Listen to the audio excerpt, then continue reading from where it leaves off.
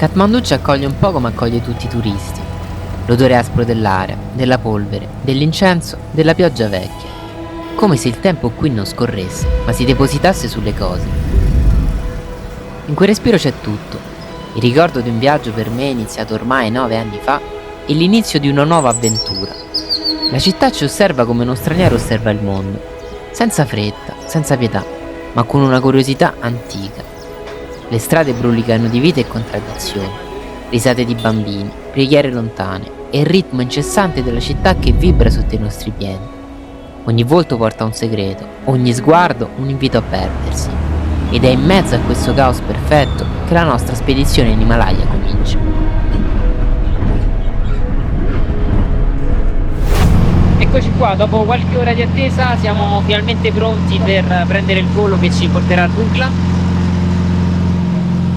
Stanno caricando i bagagli, sistemando le ultime cose, siamo pronti a salire.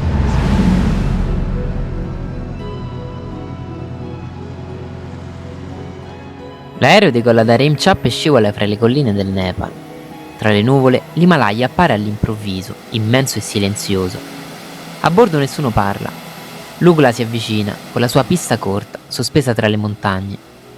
Dal finestrino vediamo sentieri, case appese ai pendii e capiamo subito che stiamo entrando in un altro mondo. E mentre l'aereo si abbassa per l'atterraggio, sappiamo che l'avventura inizia esattamente qui, a Lukla, la porta dell'Himalaya.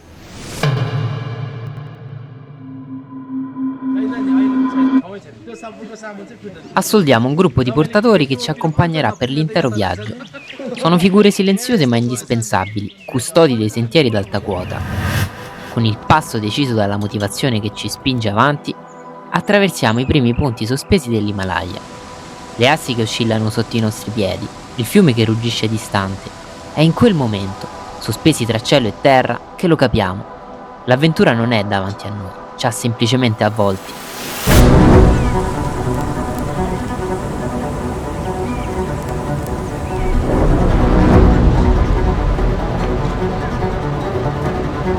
Allora, siamo partiti stamattina da Chutanga, 3500 metri, e ci siamo sparati 1100 metri di dislivello perché dobbiamo passare il Kurchitinga, una cosa del genere, passo. Sta a 4600 metri, siamo appena arrivati e niente, troppo bello.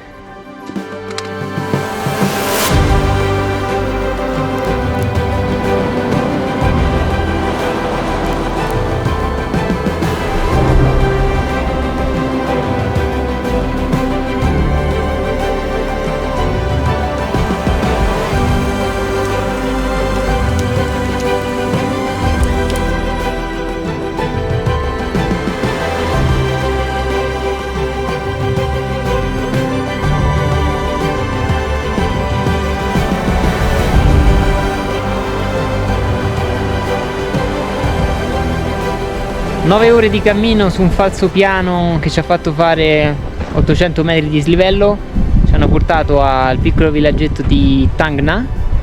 È molto bello perché è veramente immerso tra le montagne, c'è pochissima gente, pochissimi turisti e siamo praticamente quindi in mezzo a nulla. Adesso mangiamo qualcosa, un meritato pranzo e poi a nanna presto perché domani si partirà per andare verso Kare, che è 5000 metri, sta a 5-6 ore da qua, altri 800-900 metri di dislivello.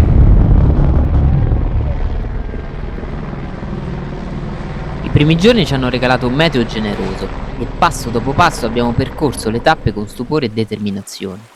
Il nostro obiettivo era ambizioso: completare un circuito che ci avrebbe portato a scalare il Mera Peak, valicare un passo ripido e spettacolare, affrontare l'Island Peak e tornare poi a Lukla per rientrare a Kathmandu. Allora, ci stiamo dirigendo verso Kare, adesso siamo a circa 4650 metri. È un sentiero abbastanza tranquillo e facile, diciamo lungo altopiano. Iniziamo a intravedere il Mera Peak, il nostro obiettivo dei prossimi giorni. Diciamo che però le previsioni meteo non sono delle migliori e forse dovremmo accorciare un po' la nostra idea di acclimatamento e rischiare un pochino. rischiare un pochino e provare ad andare su con un acclimatamento non ottimale, però è l'unica cosa che possiamo fare per fare un tentativo di summit push, altrimenti il giorno che avevamo prefissato è prevista bufera di neve e vento a 70 km/h. Arriviamo a Kare dopo una lunga salita che ci porta finalmente ai piedi del Mera Peak. Il villaggio, semplice e essenziale, è l'ultimo punto di appoggio prima di entrare nella zona ad alta quota. Qui recuperiamo energia, controlliamo l'attrezzatura e ci acclimatiamo all'altitudine crescente. Kare segna una tappa cruciale del nostro percorso.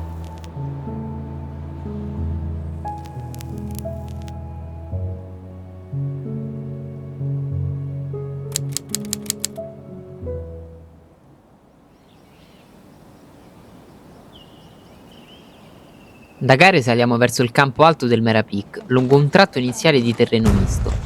Il freddo del mattino è intenso e il vento ci obbliga a procedere ben coperti. Dopo poche ore il meteo cambia, il sole colpisce il ghiacciaio e la temperatura sale rapidamente, costringendoci a togliere diversi strati per non surriscaldarci.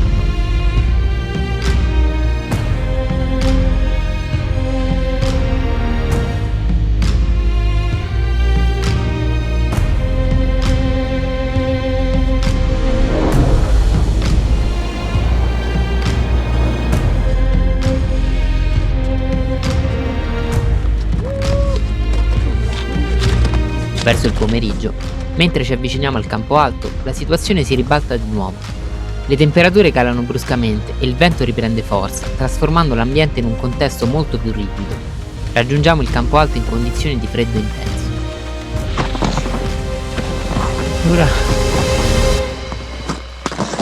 siamo partiti stamattina alle 8 da Kare per tentare di raggiungere il campo alto del Mera Peak, che si trova a 5800 metri. Sono quasi le 3, le 15 e tra 2 minuti siamo arrivati. È stata abbastanza dura, è lunghissimo e abbastanza pendente, bella pendenza. Stamattina faceva caldissimo e poi dopo mezzogiorno è iniziato a fare freddissimo, freddissimissimo, e c'è stanchezza, non troppo mal di montagna, direi più mal di schiena per lo zaino e mal di pancia perché si mangiano barrette, caramelle, cose così al volo, un po' di mal di pancia. Voglio giusto arrivare al campo, prendere un tè caldo, dei biscotti. La domanda alla fine è sempre la stessa che sorge: Perché ci facciamo questo? Il freddo, la stanchezza, l'altitudine. Perché scegliamo consapevolmente di andare incontro alla fatica, al rischio, al dolore? Giorgia quando arriva sta già un po' male. Forse il freddo, forse l'altitudine. Decidiamo che l'indomani non farà la vetta e scenderemo quando farà giorno. Ma fa buio. Le cose si complicano e lei sta sempre più male. Fa ragionamenti confusi, quasi sviene. Le esce il sangue dal naso. Allora le dico che è per il raffreddore, non per l'edema cerebrale, anche se so che non è così. Però non si può più aspettare, il tempo è prezioso. Le metto i ramponi e scendiamo alle 3 di notte, al buio, sul ghiacciaio, a meno 20 gradi. Giovanni, saggio alpinista, decide di accompagnarci e così, in 3, ci muoviamo nella notte, un passo alla volta. Eccoci qua, immersi in uno scenario magnifico.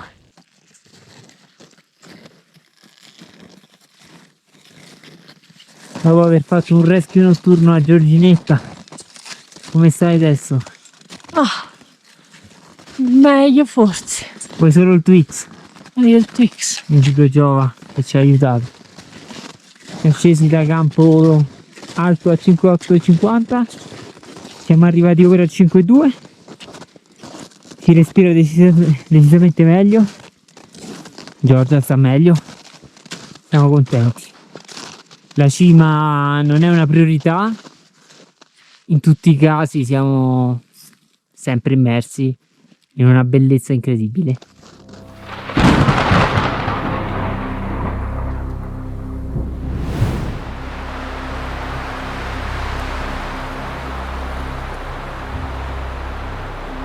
Come ci aspettavamo, già dallo stesso pomeriggio arriva la tempesta di neve, con whiteout, vento e zero visibilità. Cade così tanta neve che il villaggio viene quasi sommerso. Inizialmente sarebbe dovuta durare 2 giorni, tuttavia la tempesta ne durerà 7. 7 giorni ininterrotti di neve, vento e isolamento totale. Nonostante ciò, vediamo gente che si avventura lo stesso, con l'evidente situazione delicata e il rischio di valanghe. Con gli elicotteri impossibilitati a volare e i muli bloccati dal maltempo, anche le provviste iniziano lentamente a scarseggiare. Al villaggio, intrappolati nella morsa della perturbazione, possiamo soltanto attendere.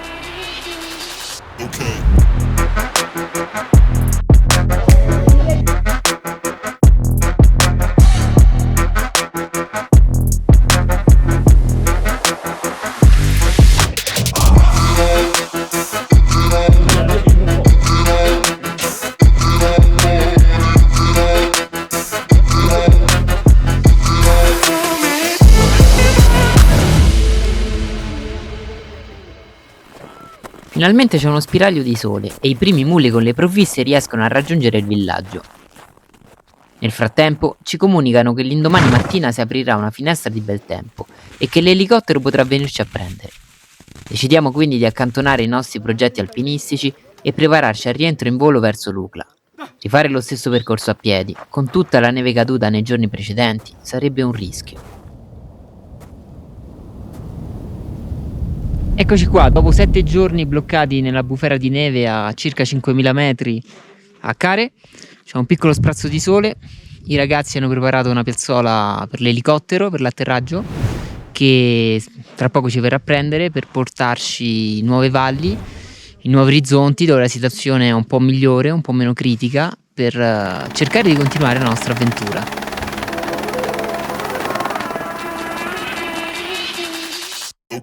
Qual è la procedura? Vai. Che io entro davanti.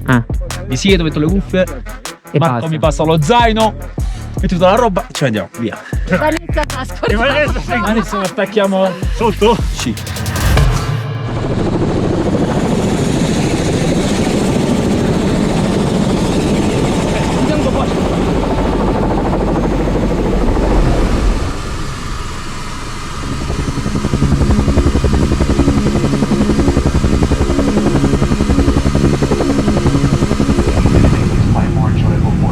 Dopo giorni lasciamo Kare quasi con un velo di nostalgia. Indipendentemente dal motivo per cui ci siamo ritrovati a dover prendere l'elicottero, è innegabile che sia stata una delle emozioni più belle mai provate. Ritrovarsi sospesi nell'aria, in un minuscolo abitacolo, a sorvolare le vette più alte e più belle del mondo, è qualcosa che difficilmente si dimentica.